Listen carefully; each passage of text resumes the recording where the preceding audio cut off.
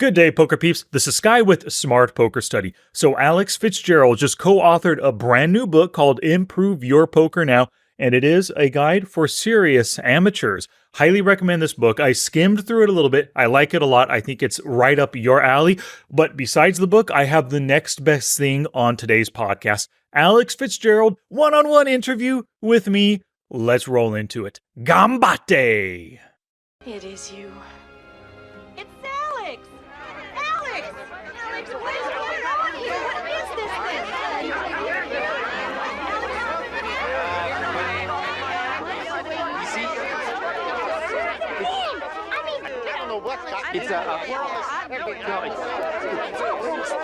Wait, hold it, everybody. Alex, what is all this?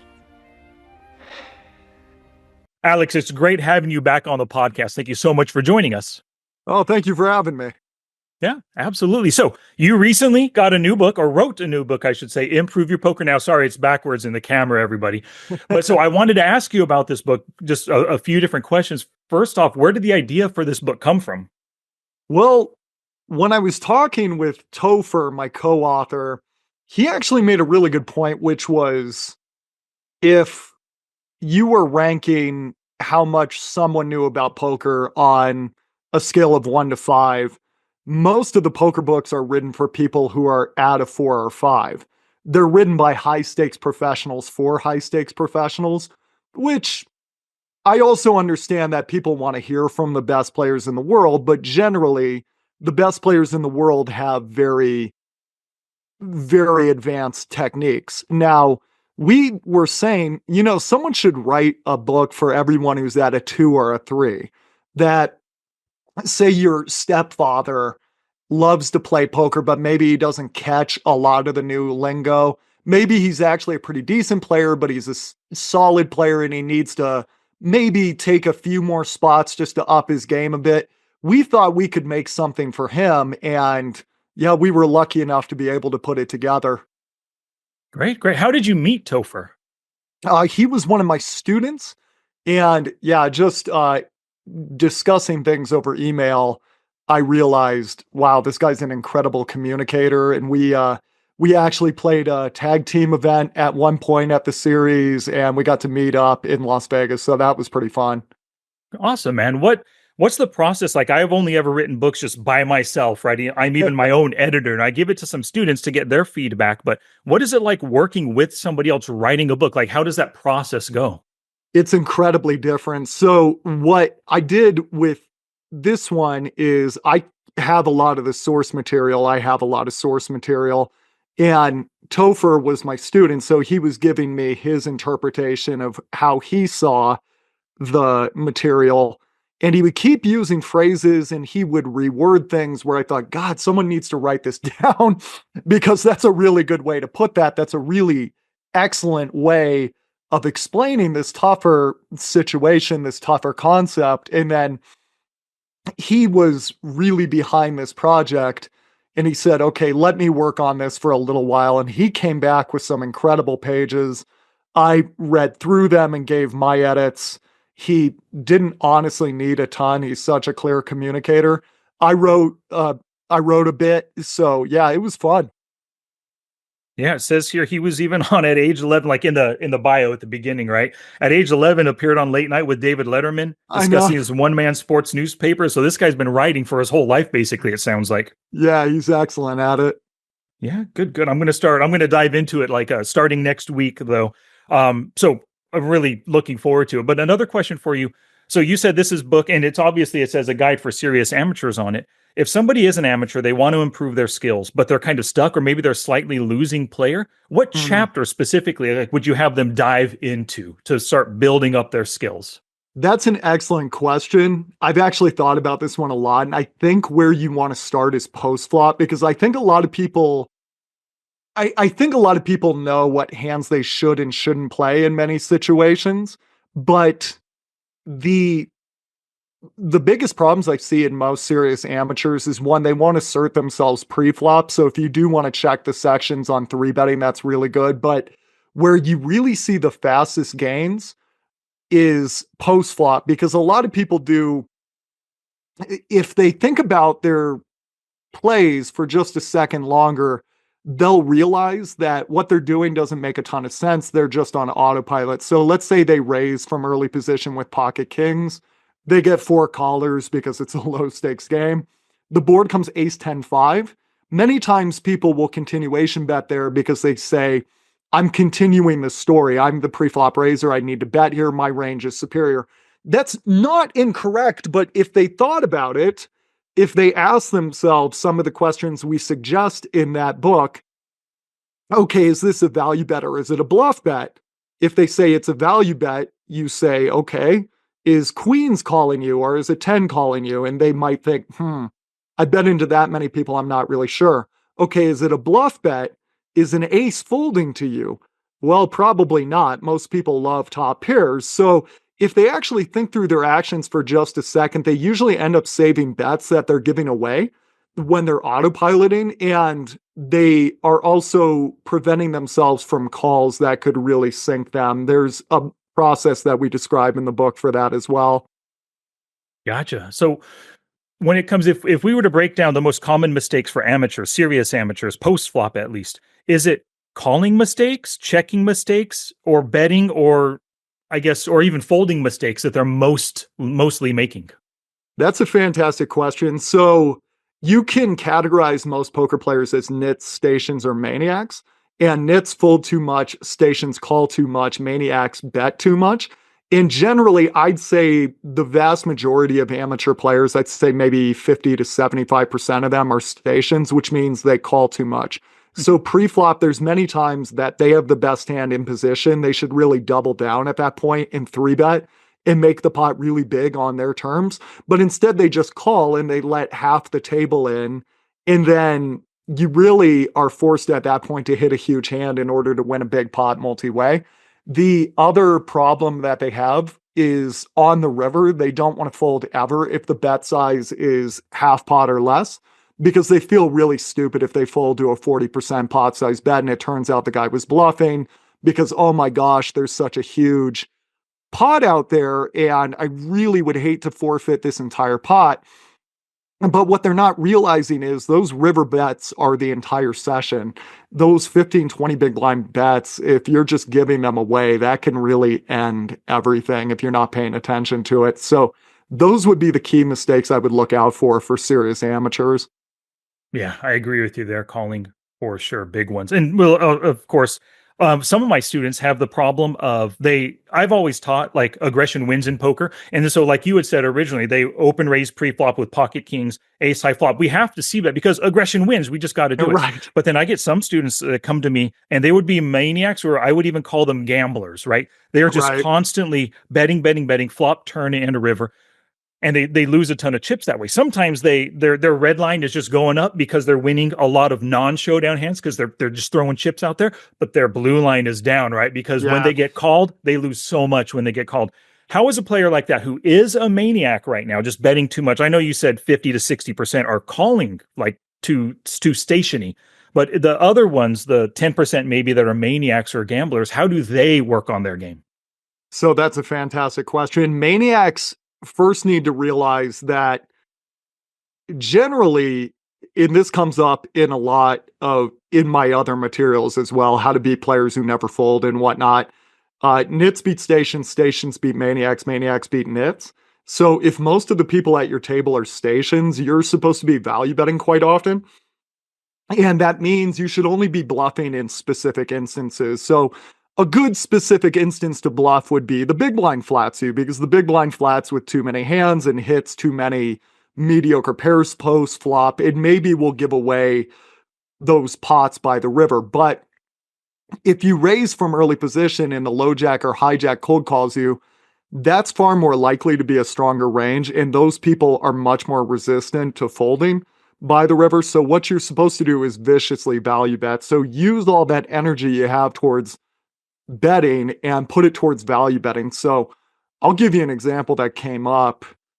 I was playing in Oklahoma and I raised and the big blind called me and I knew this guy didn't want to fold for anything. So I had second pair, second kicker, but I went for 3 streets pretty large versus him. And it turned out to be a good hand by the river. He seemed pretty surprised I would bet that hand that much. by the river. But that just goes back to nits beat stations, stations beat maniacs, maniacs beat nits. You don't necessarily need to play eights plus, ace queen plus to beat stations. You just need a slightly better hand than what they're playing. So if they are calling you down with third pairs and second pairs, you can really go to town with second pair top kicker or whatnot, but you really shouldn't be bluffing that often unless you have a terrific reason to do so. Yeah, and like you said, maniacs beat nit. So if when you're up against a nit, like a tight aggressive player like Yes. me, that's how you get me to fold. Just bet big and bet often. You know, when it works. appears that I don't have a good hand. It sure works that works. versus me too. Yeah. Yeah. So everything you're saying right now sounds like it's definitely exploitative poker. You're playing the player. You know who you're up against. You assess what his range is and everything. And I know you're big on exploitative poker, but lately you have been talking in your different things that you coach. I haven't read the book, so I don't know if there's any GTO in this at all. Is there GTO first off? There's some. We do touch upon it just so people can be familiar with it. We don't go too heavy into it. We just want people to be somewhat familiar with what the terms mean and whatnot. So if they're at the table and it comes up, they're not completely in the dark. Okay. Well, so how did you, or what was it like your own process? I know you've been exploitative player, coach, professional player forever. How was it like for you making at least maybe a gradual transition to learning GTO? That's a really good question. So to me, GTO is like when analytics came into baseball. If you're a baseball fan or if you ever read the book Moneyball, when analytics came into baseball, there were some teams that just took it as gospel versus some teams said, okay, I still think my scouts are seeing things that might not come up in the numbers. Let me see what those are. So a good example of when you would be GTO exploitative or uh, using your sense at the table would be actually not to get too deep into it, but there was one example in the World Series where the count was 3-0 and the guy had not swung at a 3-0 pitch in like 4 months. So the exploitative play was to throw a strike. The GTO play would just be randomize your pitch. That way he has no idea what's coming. A scout could have told you this is the World Series. The kid's 24 years old. He's jumping out of his boots. Don't throw a strike right now. Well, they threw a strike. The kid hit a home run. It ended up changing the World Series. So that's an example of how exploitative GTO all mixes up. And when it comes to poker, when I first started interacting with GTO, I was being told all the time, you don't want to be exploitable. You don't want to be exploitable. And I thought, well, every time you're exploiting others, you're exploitable. So if there's a player at the table who is just calling every single one of your pre-flop raises, like literally 100% of the time, maybe the guy's intoxicated, it's 2 a.m. in Vegas, just raise to 20 times the big blind with aces. Everybody else at the table will know what you're doing and can exploitively fold versus you. But this one guy you're trying to make money off of won't make the adjustment. Now, once I started talking to some really good GTO players, what I ended up finding out was some of the best exploitative players came from a GTO background. And that's when it started getting really fun because they would say, look, Alex, okay, he's supposed to call you with this hand, and this hand on the river. That's about 58% of his top pairs. If he doesn't call you with any of these hands, you could just keep betting and print money versus this guy. That's when I started getting really curious because, ooh, I want that play. Show me that play again. And I started getting a lot of my exploitative plays based on the GTO framework. And it was really nice to know if he's calling you with this hand, this is a bad play. If he doesn't call with this hand, it's a really good play. So now you can make the judgment calls a little bit more precisely at the table. Gotcha. Well, first off, how do you do your own GTO studies when you're away from the felt? You got the computer in front of you. What program are you using? How do you, what situations are you often looking at? So oh gosh, great question. So GTO Wizard is the big one in my circle right now. I have used other programs, but that one's like the most souped up one right now. actually rely on my friends who are much better with the programs a lot of the time to break things down for me because sometimes there's always different interpretations. So I would really recommend if you're just coming into GTO and you're learning about it, I'd really recommend finding good resources about it first, just because sometimes you'll see, okay, the software says this, and you go, okay, I'm not exactly sure what that means, but a very good coach off the top of my head who's very good at putting things into common language, and he does so on his training site, is Faraz Jaka. He'll say, okay, the program says this, and this is how we should interpret it. And he's an extremely clear communicator. So finding someone like that is invaluable. And then where I'm really interested in how to use GTO, the one I started using it for a ton was a situation that comes up a bajillion times in no limit hold'em tournaments, because you should always focus on the situations that come up constantly. Is you raise deep in the tournament, the big blind calls. I got very curious with what are they supposed to call down with if I triple barrel? And then once I started seeing what they're supposed to check raise with when I C bet, what they're supposed to call down with when I triple barrel, I was stunned because I was thinking nobody is doing any of this. So I can just ram and jam and print money versus a lot of wannabe regs that don't actually know what they're supposed to be doing in these situations. And then that's when things started getting really fun.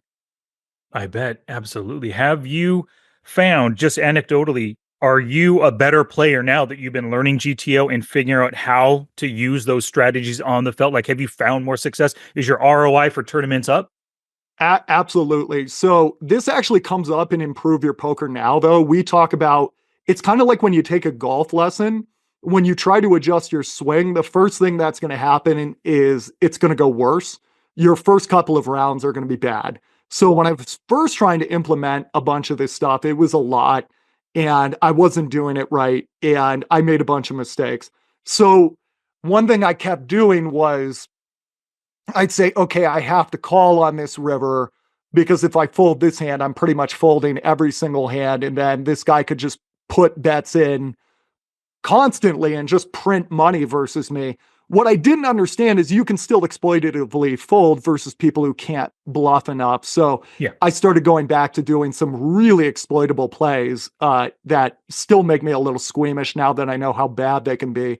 But it's really improved my results. But yeah, once I did get a handle on it, it started becoming much more fun. It's really fun playing tournaments now, especially shorthanded events, because you'll set up these big bluffs and you see people's expressions like, what is going on? What is this guy doing?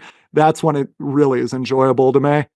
I bet it would be right there. What so with your, growing pains, learning to use GTO, well, like what advice would you give somebody? Just push through and keep doing it? Or are there certain things that they can look at analyzing their mistakes that they're making and what they could do better? I would say don't try to completely change who you are overnight. So, first of all, you should have the presence of mind to know, are you a nit, station, or maniac? And most of us fall into one of those categories. So when I play full ring, I know I'm a nit. My friends say I'm a nit, especially when the stacks are deep. I play nitty. So I need to watch out that I don't fold too much.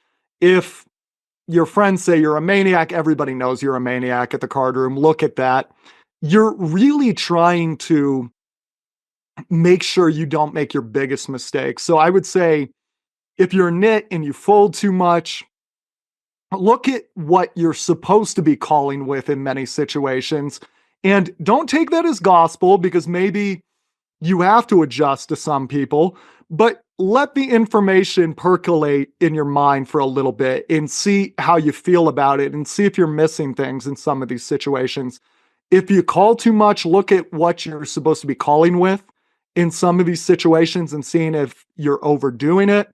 And if you bluff too much, see what you're actually supposed to be bluffing with and when you're supposed to be checking back for pot control with showdown value or whatnot, and see when you're overexerting yourself. So I would say find out who you are if you're a nit station or maniac, embrace what your biggest error is, and try to slowly peel that back and work on that first. Nice. I love that advice. What if you are trying to use GTO strategies, I would imagine that they probably work best against tight aggressive or loose aggressive players who are kind of competent and they think about the game. Maybe they haven't studied GTO, but they know what's good and bad. Whereas a fish or a gambler, maybe your GTO strategy has Uh, less success against them and you should maybe be more exploitative against those players. yes. So if you have just a fish that likes to call everything, like just forfeit your bluffing range and just value Hmm. bet thinly. And that actually comes up a lot because, especially at the beginning of tournaments, everybody's got 200 big blinds. They feel like it's monopoly money and they just call down constantly. And I've been playing cash here locally. My new routine has been getting a lot of chips in tournaments, not even cashing, then going to the cash games and then making some money. And a lot of folks just love calling down in those cash games. And I think I forgot to say this. This is in Black Hawk, Colorado. But Hmm. yeah, those folks just love calling down sometimes at the lower stakes. So you just got to value bet really thinly in those situations. But where GTO becomes really fun is, and it's actually kind of the exploitative side of GTO, is okay, this guy is a reg and he knows a few things. Where is he adjusting and how can I adjust versus that? So he's overfolding rivers because most people don't triple barrel enough. What should I do versus that? Well, according to the solver, if he's folding this hand, and this hand, I'm supposed to bluff with these hands on the river. Okay, let me jack up that bluffing and see what happens. That's when it becomes really efficient and different. Yeah, I bet. So I know you, and I've known you for years now. I followed you since the beginning, since I started learning and studying online playing poker. So many of my students know who you are. Um, but you're playing live Colorado Blackhawk poker. When you walk into a casino, I mean, maybe you've been playing at the same casino now for a couple of years if you've been living in Blackhawk for a while or in Colorado for a while. But do people recognize you? And if they do they play against you differently? Do they call you down? Do they try to bluff you like we want to bluff the professional player or professional coach as well? It doesn't happen that often. You have to be pretty hardcore to know who I am. There's much bigger names in poker, but I actually haven't been playing live the last few years. I in Because of 2020, COVID? yes, that was it. It wasn't an intentional thing. I just started playing online and online started going pretty well. I was fortunate enough to win the 250K guaranteed in 2021. Had just one, I think it was my best poker year ever. And then I was just playing online. I was playing a ton. My win rate went really high on the anonymous sites and on Ignition. And it's only recently I said to myself, okay, I got to get out there and play live again because now every time I go to Vegas, I have to reacclimate to playing uh, playing live again. And I was thinking that's not really a good thing. You need to be really uh, adjusted to live play, but it doesn't take me too long to get back into it. I've been doing this for about 20 years, but the sometimes people will recognize me, but most of the time they don't want to three bet me and go after me because I think they think I'm a much crazier player than I am because Ah, yeah. when I post something on YouTube, I want it to be entertaining as well. So it's like, okay, here's a really big bluff I did. But when I play an online session, I might do like 2, 3 really big bluffs the entire night. So that's not how I play normally. I normally play pretty solid. So most people just stay out of my way. Once in a while in Vegas, much more people, many more people know all the poker players who have ever done anything. So there's some people who do think I open too much. So I start getting three bet much more. So I have to adjust at that point. Mm-hmm. Gotcha. Speaking of adjustments, one of my favorite stories, and I can't remember where you talked about this, it was probably in one of your other books, but you had talked about playing in Vegas and there was an Asian, like looking like a businessman, or he was a prior businessman, but now he plays poker. and he would build crazy stacks and get more value than any other. Like he was a 60-year-old Asian guy, if I remember your story correctly. And he would build crazy big stacks because he was doing like what you'd said. If this dude's not folding, he's just betting with top Yep. pair. He would bet Yep. 3x, 4x pot over and over Yep. again. Yeah. So do you remember that story? Can you give me any additional details about learning from just watching some dude and an older guy at the table? Well, I think a lot of people got their ego up in it, and he realized he was rubbing people the wrong way, and he just used that so well. And he seemed like a really nice guy when he talked to me, but I think guys kind of get their ego up in the game, and they're like, yeah, this, every poker player should look and talk like me. This guy shouldn't be the one winning. And yeah, he would just ram and jam, and they would call with the weirdest hands. And I thought, you got to know what your image is. Some guys, so there's some gals I know in Vegas who make so much money in cash games because they know which men will just fold because they don't think a lady can bluff, and they just bluff these guys left and right. And then there's some guys that table talk a little bit and try to rub you the wrong way. And then when you get angry, you start calling them down more than you should.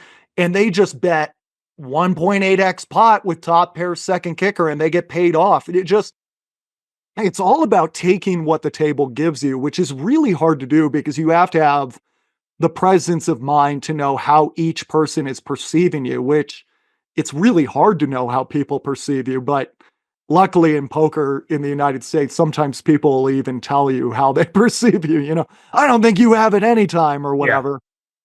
Yeah, well, that reminds me of another thing. I've learned so much from you. I really appreciate you being here with my audience, but I've learned so much for you.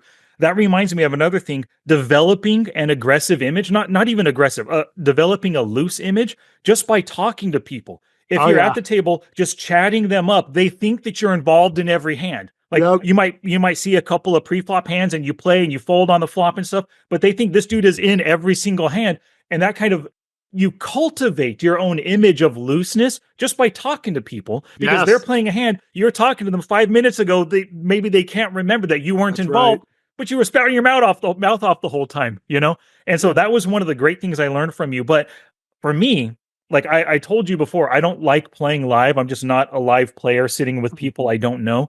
So I like the idea of developing the image of looseness, but I find it hard to just chit chat. I'm like not type A personality. I'm, I like to stay quiet and sit in the background and stuff. But how would you, if you have any advice for me on how to chat people up at the table? Because I imagine you do it all the time. Yes. So that's a really good question because I didn't know how to do that for the longest time too. So to give yourself some credit, different locales are easier. I have noticed if you're, say in LA, it's a little bit harder to strike up a conversation at the table because people are more combative at the table versus when I'm playing in Blackhawk, there's a lot of just normal people that want to chit chat. So it's much easier to strike up a conversation there. But yeah, if you ever hear people go, I saw this person play a pot and I thought to myself, who is this guy? If they don't even remember who you are because you haven't played a pot or said a word, they're going to start thinking you're really tight, which is really bad if you're a nit because now nobody can play versus you. Nobody's going to pay you off. So generally what I do is I talk to one person at the table. It's usually a senior citizen. I usually just ask them about their life because a lot of senior citizens are there for the socialization factor too.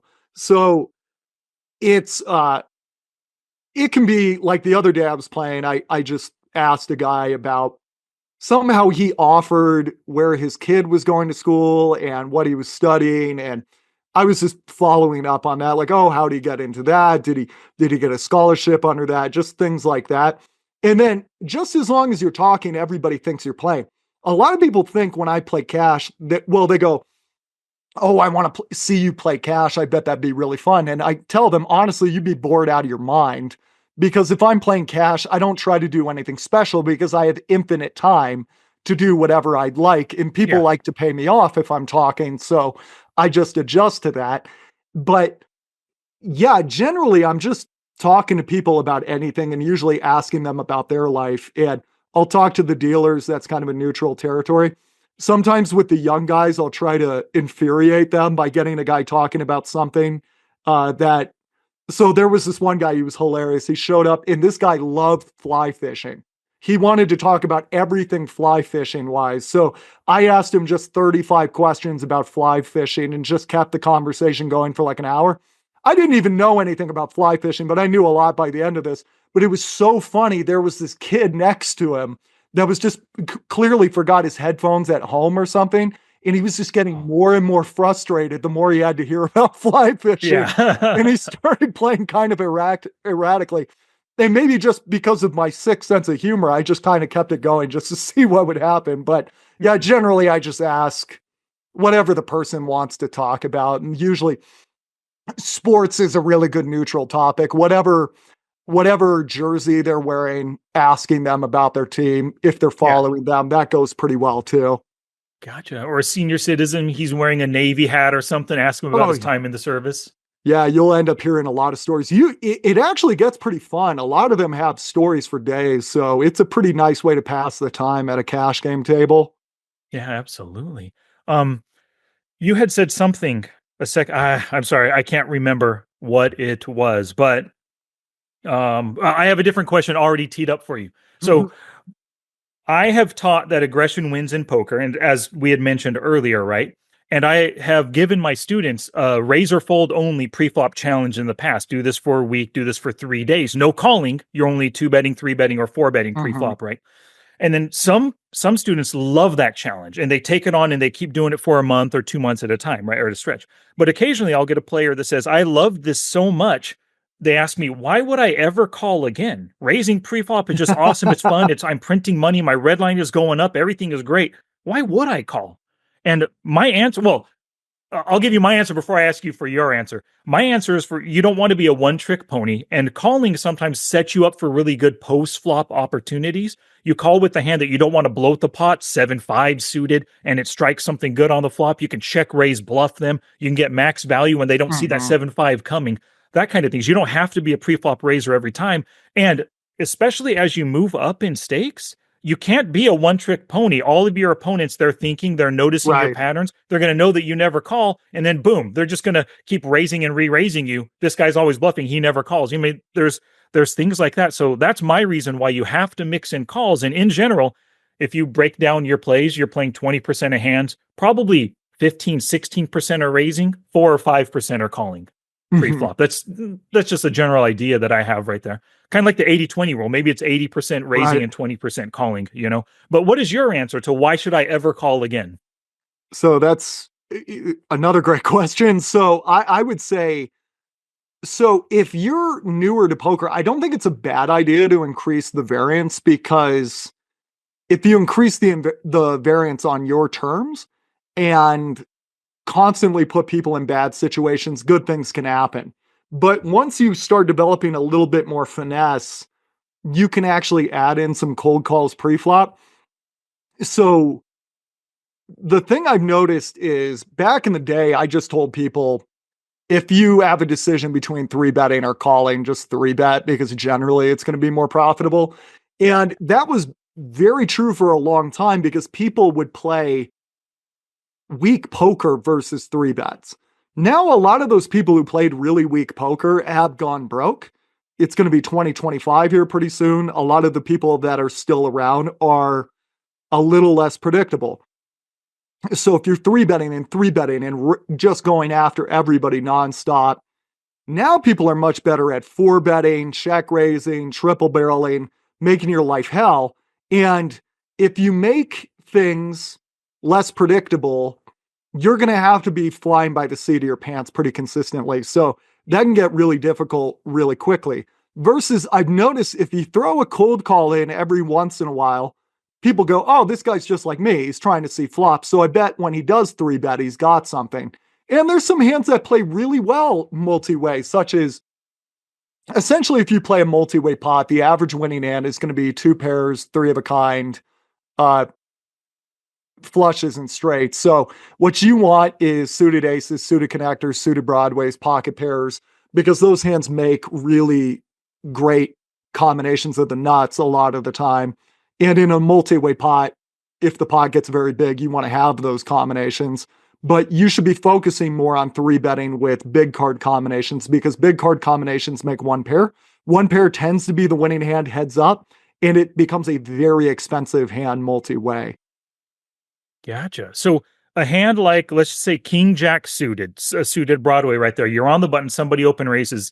Why would you call in this hand, but maybe 10 hands later, you're still in the same spot, you would three bet? What would be the difference there between those two plays with the same King Jack suited? So what I would focus on most is, okay, let's say this is a very casual player. If it's a casual player, that person is going to go broke very quickly, usually. So I need to maximize the size of the pot as fast as possible so I can be the one most likely to bust them. So I would be three betting versus them. Now, let's say this is a very good player who opens. I'm not really looking to play my biggest pots versus the best players at the table. So I'm far more likely to call, especially if there's players to my left who are much worse at poker and I want them to enter the pot. So I'm more likely to call them. Now, let's say I've got a very loose bad player who has opened three times and I've three bet him three times. I might just call the fourth time because that seems to reset their annoyance with me. Oh, we just called this time. Okay, that's nice. He's letting me see a flop. And then maybe if 20 minutes passes, he doesn't really get worked up versus when I three bet somebody the fourth or fifth time, I've had people just shove 70 big blinds on me and then show me a three and stuff like that. Yeah. So there does become a point where the rubber band breaks and you're trying not to push it to that point because then the game becomes far less predictable. A calm poker player is a predictable poker player and you can use all of their past hands against them because they're really likely to still be playing that way.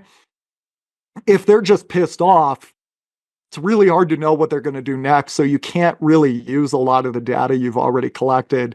And it's a whole new ball game, which can be really hard to adjust to quickly. Nice.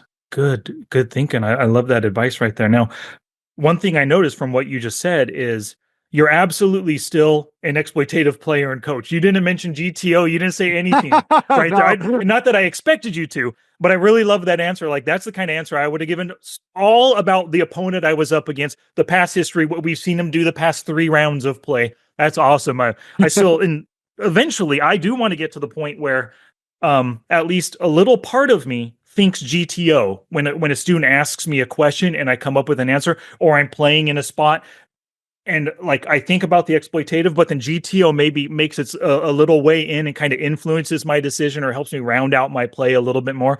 But I'm still at the point where I'm just 100% exploitative. GTO, I've done some studies, I've read some books, not books, but articles and stuff on it, and it really has not worked its way into my game at all. How often do you think GTO while playing or even while coaching versus exploitative?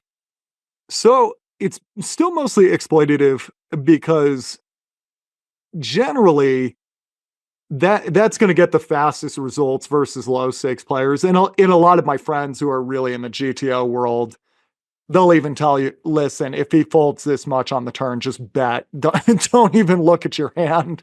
Yeah. And they'll even tell you versus bad players, they get really out of line. But what I really like doing is coming up with my strategies, seeing if they're working, seeing if it turns a profit in my databases, and then finding out how out of line I'm getting. So I'll run it by a player who's much more versed in the GTO world and go, how out of line did I get here? And if it's really out of line, I go, okay, I better really watch this because if I'm wrong, it could be pretty bad pretty quick versus if it's slightly out of line. Okay. If he's folding these hands, you're good to go. It's okay. It's kind of like a double check. You want to make sure you're not getting too bizarre, but I'll be honest, there's still a lot of plays I do that are massively exploitable. And I know like theoretically, I shouldn't be betting like 80% of the pot when I flop bottom set, because then it's pretty damn clear if it's a multi-way pot that I have something really good, and somebody theoretically could just fold top pair second kicker, not second kicker, top pair middle kicker, because obviously what I'm betting 80% pot into 4 players is pretty clearly going to be a very strong hand. So they should fold that mediocre top pair. But the last time I did that in a live tournament, I got 2 guys with like a 9 high flush draw and a 7 high flush draw to shove into me. Yeah. And then I had the biggest stack of the 4 tables I could see. So I still use a lot of the exploitative plays, and I'll keep using them till they stop working. Nice, nice. Well, Alex, thank you so much for joining me today on the podcast. Love it. Everybody, highly recommend Improve Your Poker Now for serious amateurs for sure. And Alex, tell the audience, please, how they can best connect with you and learn from you. Yeah, if you enjoyed what I was talking about strategy, I do have a daily strategic newsletter that you can sign up for at pokerheadrush.com. That website, one more time, pokerheadrush.com. For signing up, you get 3 free training products. One's about triple barrel bluffing, one's about playing ace king when it misses the flop, and then there's a classic one about 3 betting. It's a little older, but people still seem to like it, so I throw it in there.